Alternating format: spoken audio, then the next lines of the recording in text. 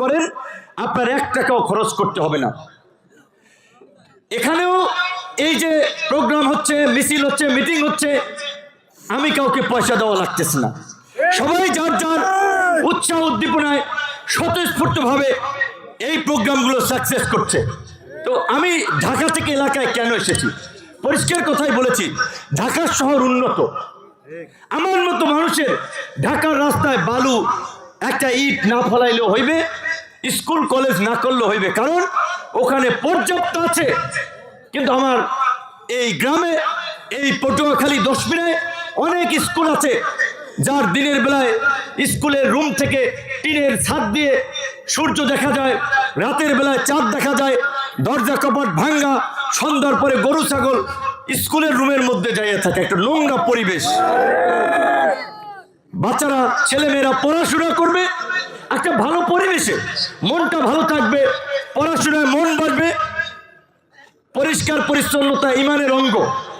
তো তাহলে আমাদের স্কুল কলেজগুলোতে এই ধরনের একটা পরিবেশ বাসাবাড়িতে তৈরি করা দরকার আছে না?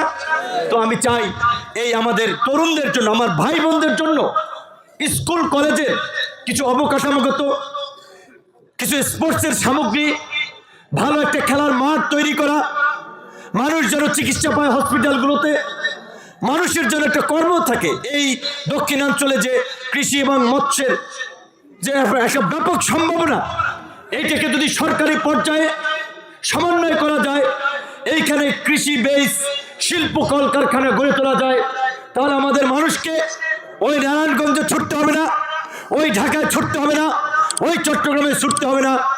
ইনশাল্লাহ সেই ধরনের মেগা প্ল্যান পরিকল্পনা আমাদের আছে।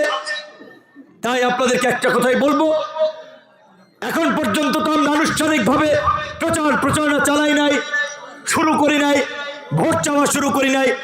আপনারা আজকে যারা মঞ্চে উপস্থিত হয়েছেন, আপনারা আমার আত্মীয় স্বজন হিসেবে, ভাই বন্ধু হিসেবে 22 তারিখের পর থেকে আপনারা পরবর্তী এই 18-20 দিন আপনারা একটু আমার জন্য কষ্ট করবেন, আপনারা একটু আমার জন্য মানুষের কাছে যাবেন। আমি আপনাদের প্রত্যেকের এই কষ্টের প্রতিদান ইনশাল্লাহ দেব, এইটুকু আপনাদের কাছে অঙ্গীকার করতে পারি।